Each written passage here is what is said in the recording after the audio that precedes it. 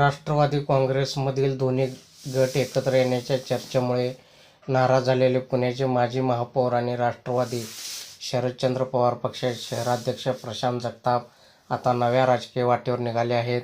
बुधवारी आपल्या पदाचा त्याग केल्यानंतर जगताप यांनी आज थेट मुंबईची वाट धरली असून ते काँग्रेसमध्ये प्रवेश करण्याची दाट शक्यता वर्तवली जात आहे. शरद पवारांची साथ सोडल्यानंतर जगताप नक्की कुठे जाणार यावर गेल्या 24 तासांपूर्वी सुरू असलेल्या चर्चांना आता पूर्णविराम मिळण्याची शक्यता आहे. अजित पवार आणि शरद पवार यांच्यात सुरू असलेल्या जवळीकीच्या चर्चांमुळे प्रशांत जगताप अस्वस्थ होते.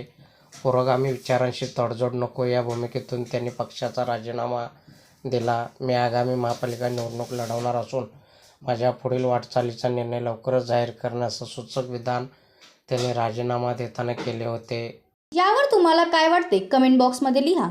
चॅनलला सबस्क्राईब केले नसेल तर नक्की सबस्क्राईब करा. जय महाराष्ट्र.